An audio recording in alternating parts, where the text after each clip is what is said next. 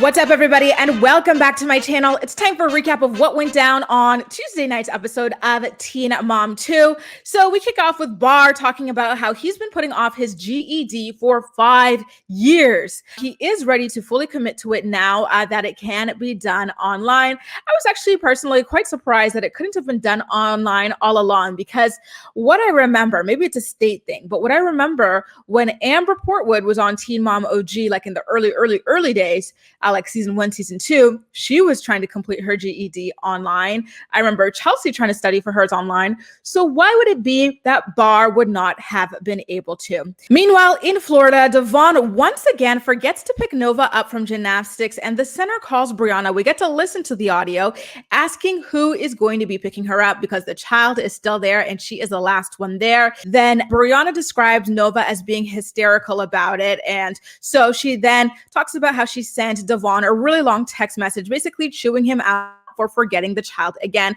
Guys, what is Devoin so busy doing that he keeps on forgetting to pick up his child from gymnastics? It's getting weird. It really is. Meanwhile, in West Virginia, someone at one of the girls' schools tested positive for COVID. So Leah gets to go from her PSAs about the benign tumor that she found to PSAs about COVID. Speaking of that, we get a little bit of a collision between the two in this scene, because she talks about how she's not going to be able to go to the appointment for the tumor that she had found because, you know, she's like, we've been exposed to COVID, so I can't go. And then in Indiana, Shawn is still living at the extended stay hotel, but he has been staying at Jade's house quite a little bit to help out with their daughter, Chloe. The man doesn't cook, he doesn't clean, and he normally doesn't watch this child. Remember, he's only coming around now to watch Chloe because he knows that it is the key to being able to move back in with Jade, where she's going to be paying all the bills, where she is going to be sending the child to daycare while she works, and where she is going to be cooking for him. I really don't understand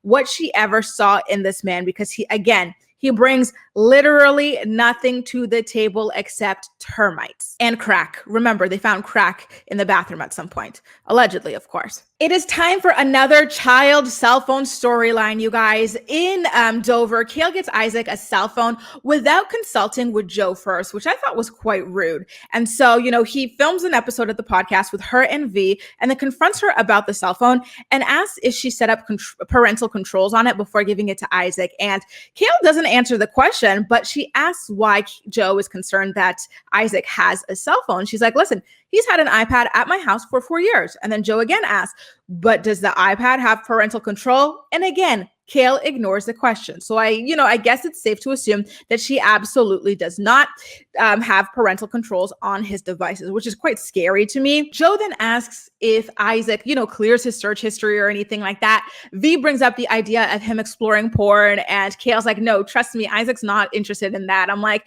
sis, how would you know? Like, how many of you were out here telling your parents, like, I think I'm gonna venture into, porn for the first time or something like that? You would never know. She's either incredibly naive or she is like being purposely ignorant because she doesn't want to be called out for, being so lazy about such a thing on television. Kail then gives a little bit of a nice, nasty move where she's like, well, if you're not comfortable with him having a phone, then you can take it away. It's like on the surface, it kind of seems like she's like being reasonable, like, okay, like letting him have that kind of like thing. But it's like, well, now that's good parent, bad parent. One good parent gives you a phone. The bad parent, who's just concerned about your safety as a child on the internet, is the one who takes away the phone from you. That, was really, really sly on her part in true petty Betty fashion. Joe handled Kail with absolute kid gloves, but we all know that petty Betty would be raging if the shoe were on the other foot and she didn't want Isaac to have a cell phone. By the way, she and V have this whole shtick about them being like best friends after like, how dramatically tumultuous their relationship was before, but I just don't buy it. V like says stuff and then she nervously chuckles and like backs away all the time whenever Kail is around. Honestly, in this scene, she was acting so like jumpy that you would have thought that Kail had a gun pointed at her kneecap under the table in case she crossed her. So I'm kind of concerned about how sad Nova always seems, by the way, you guys. Like, I think it shows how much she goes through on a regular basis with both of her crazy parents, that she can't just brush off some things. Every time something happens, like, someone being late to pick her up or like someone forgetting or something like that, or just like other like things that do happen sometimes. They've happened. I'm sure they've happened to you as a child. I'm sure they've happened to you with your children or whatever. Like Brianna is always describing her as like, having huge meltdowns or being really depressed about all of that. And it makes me sad that this, is something that happens so regularly to her or something like that, like in her day-to-day life, that they have these huge of impacts about her. Like, whenever my parents would forget me, I think it was only like twice or 3 times.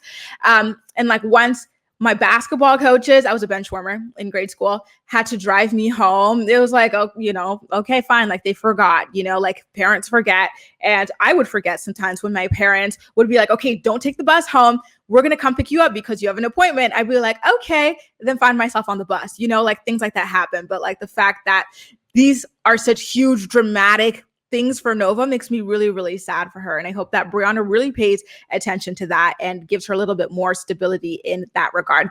Anyway, on Devon's side of the equation, he is disappointed in himself for forgetting, but he's like, this is not fight worthy. It's not a huge deal. It happens all the time with parents.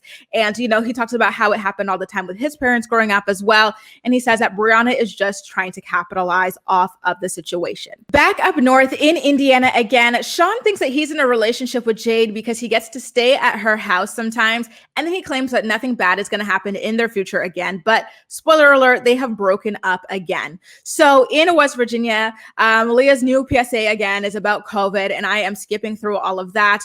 Barr finished his GED in literally a week. Like, how did you put this off for 5 years? You could have gotten your GED 5 years ago and been done with college 5 years ago and been providing more for your family at this point. Like, come on, like, how did you push it off all this time just for it to be done in a literal week? Anyway, congratulations to him nonetheless, and hopefully college and maybe tattoo removal for the face tattoos are up next. So, guys, I skipped the education PSA that came after that. I feel like literally everybody but the guy with the face tattoos and multiple mugshots knows that education is very important in life. So, moving along to Indiana again, Jade knows that Shawn is going to try everything to get back into a relationship with her and move out of Motel 6, but she tells us that she is not going to fall for it. And I felt really proud of her. I'm like, this guy's just so damn manipulative. Don't forget that when he was living with you with no damn job, he never wanted to watch you guys as child. You always had to spend your money to put her in daycare so he could play his stupid video games and pretend to want to be a music producer or whatever it was. And then they were always screaming in front of this child. It is just not good. And she needs to keep, her foot on his neck and don't get back into a relationship with him. So Shawn, on the flip side, goes around out back to either Jade's house. Shawn, on the flip side, pulls the producer aside, out back of Jade's house, and then, claims to have 3.5 carats worth of diamonds for Jade. And I'm like, how Sway? Last season, which was just a couple of months ago, you couldn't even afford to go around to the corner store and get that girl and her friends a bottle of vodka or rum or tequila or whatever it was, which is anywhere from like $10 to $20. You had to have her give you the money. But now all of a sudden, I'm supposed to believe, first of all, you can even rent a house right now or an Airbnb. You're living in a motel. I'm supposed to believe that you've got tens of thousands of dollars to buy this girl 3.5 carats worth of diamonds. Really? Cubic zirconia, maybe, but diamonds, sir, sit down somewhere. There's no way in hell that was a real diamond. Sorry, not sorry. Back in Florida again, Brittany, Shirley, and Brianna all go kayaking with Nova to kind of lift her spirits after being forgotten behind at gymnastics class by her dad, Devoin. And then we find out that Jeremy tests positive for COVID. Anyway, you guys, that does it. A recap of what went down on another mundane episode of Teen Mom 2. But as usual, I'm more interested in hearing what you have to say about everything. So please make sure to let me know all of your thoughts and opinions in the comment section down below, and we'll chat. That's all for now. Thank you so much for watching, and I'll see you next time.